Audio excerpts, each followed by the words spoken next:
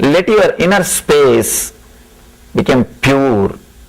Let your inner space become blissful by meditation. Not only you will not carry depression, you will carry a beautiful energy. Wherever you go, automatically you will attract blissful people around you. You will add bliss to them and you will be added. You will add and you will be added. You will also enrich your life. You will enrich their life. Attracting these blissful people is something you will see in your life. You will attract only the same kind of person, the mental setup with which you carry within you. If you are carrying a mental setup of hurting yourself and hurting others, you will attract only the same kind of person in your life. Not only that, if you are living a hypocritical life, you can never believe somebody else is an honest person. If you are thinking one thing and talking another one thing, you will naturally think, when I am doing this game, he will also be doing the same game. You can't believe, you can't trust. It will be simply impossible for you to believe somebody that he may be honest. No. Simply, you can't. You will not be able to believe somebody is honest. Somebody can be honest. Understand, life is something much more than business. If you don't have sensitivity, if meditation is not part of your life, you will measure your whole life, you will think your whole life is a business. You will measure your whole life based on your dollars, based on the paycheck. Your life is far more than the money which you accumulated. I am not saying give up the world. I am not saying give up the money. I am saying your life is not just money. Your life is not just business. It is far more than business. But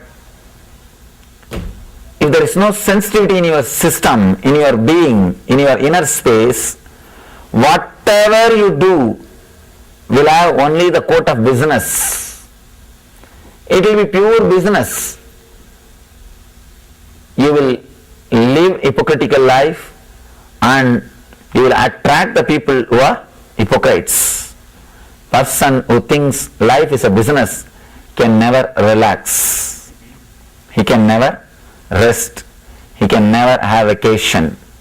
His whole life is a bargain. Constantly thinking of something. What next? What next? What next?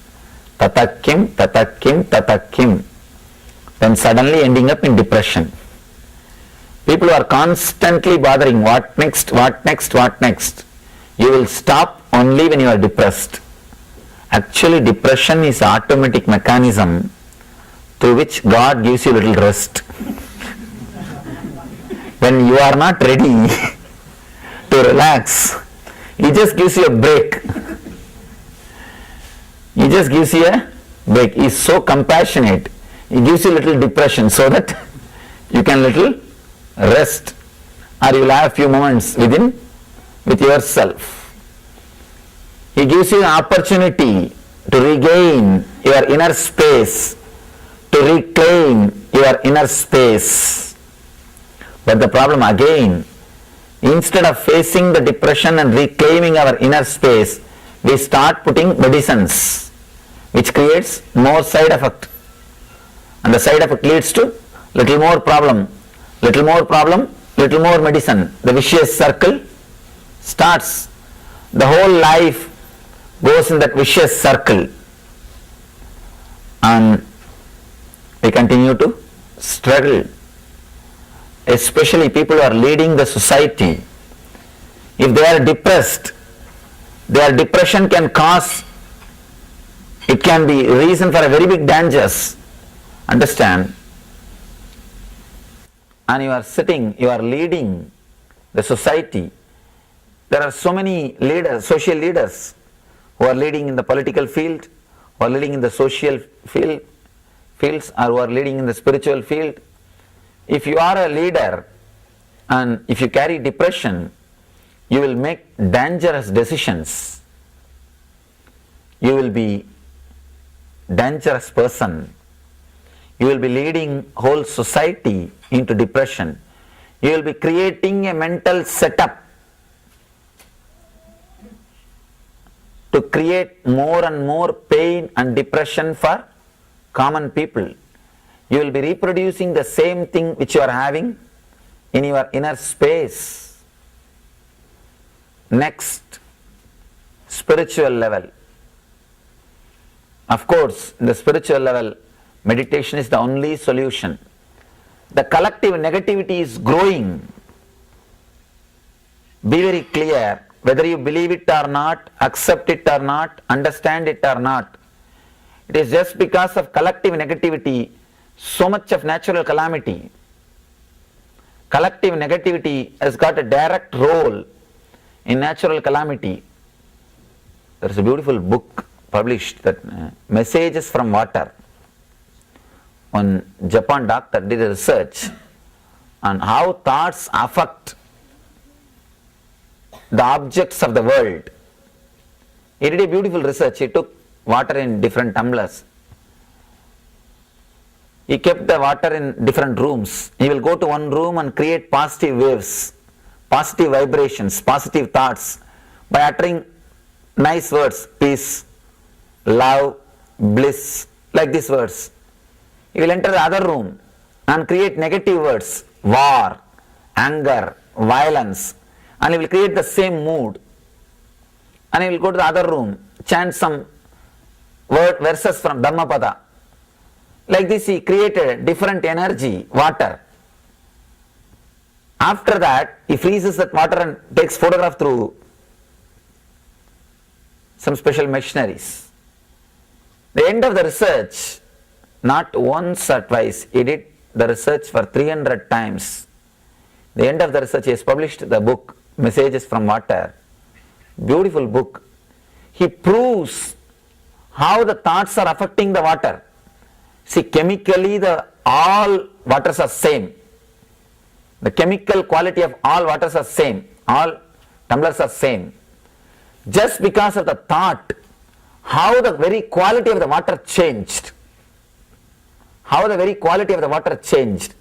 He says that waters with which he created positive vibrations, that diagrams are coming like a beautiful diamond, are shining, radiating. Water with which he created negative vibrations, those photographs are just like a ghost, devil, completely disturbed. And the water with which he created the Dhammapada, or which he chanted the Buddha's sutras, teachings, it looks almost like a Buddhist temple. The structure of the Buddhist temple is seen in the photographs. If you read that book, you will be surprised how our thoughts are affecting the outer world. So be very clear, our collective negativity is continuously affecting the nature. If a glass of water can be affected by your thought, all our thoughts put together can naturally affect the ocean. It is the logic, it's logical, we can understand. It can affect the ocean, it can affect the nature, it can affect the whole planet Earth. So be very clear, spiritually, if we are not going to purify our inner spaces, we are in danger of disappearing from planet Earth. Don't think I am just giving you some stories, I am giving you the fact. You can see in your life, you can see what is based on the information which you receive, what's happening in the society. The more collective negativity, more natural calamities. One more thing, not only natural calamities, even the wars. constant negativity, the collective negativity which you create towards others, it is expressed in higher level, creating more and more wars. The other day I read a magazine which says all the countries have created and piled atomic weapons which can destroy planet Earth 700 times. All the atomic weapons which these countries are piled, if we put everything together, we can destroy planet Earth 700 times, not once or twice, 700 times you can destroy. So much of atomic weapons. Any single depressed fellow, if he sits in the leader's seat, that's enough to destroy the whole planet Earth. A single person is more than enough to create the whole problem. Be very clear, the more collective negativity, more natural calamities and wars. It is time to take the responsibility of clearing our inner space, purifying our inner space. People always think, no, me meditating, how can it change the whole thing, Swamiji? Be very clear, even if a single person contributes to the positivity, first thing he will contribute positive energy. Next thing, an important thing, he will not be creating negative energy. At least if one person comes from the other side, one soldier, if he comes from the other side and joins here, not only we are gaining one, they are losing one. So if you join the side of meditation, not only you are meditating, you stop radiating negativity. The load of collective negativity reduces. It is reduced. Be very clear. Reducing the load itself is a great thing. Not only you are helping yourself, you help the whole world. In India, they did a beautiful research in central India, in Madhya Pradesh. I think Bhopal and Nagpur, they did a research. Group of meditators in the center of the city, they started meditating for 30 days. You will be surprised, in both the cities, within the 30 days, the crime rate has dropped. 70% crime rate has dropped. You may be thinking, what is this? How can few people meditating bring the crime rate down? But the statistics prove, the research proves, not only in the two cities, after that actually Indian army took the job, and they did in 30 cities. They say in every city at least 60% crime rate drops in the 30 days. Within the 30 days of meditation, crime rate just like that, it drops more than 60%. Be very clear, meditation not only helps you, it just purifies the whole outer space or the collective negativity. Meditation physically heals you, mentally rejuvenates you, spiritually liberates you. Not only it helps you, it helps the society. If you are ready, intelligent enough to turn towards the inner space and experience the joy and bliss and peace, not only you will save yourself, you will save the planet Earth. Otherwise, not only we will not be able to save ourselves, we will enter into a space what I call global suicide. We will simply commit a global suicide. So hereby I request all of you, take up some form of meditation and transform your life into bliss. Let you be in, become one with and radiate eternal bliss. Nityananda. Thank you.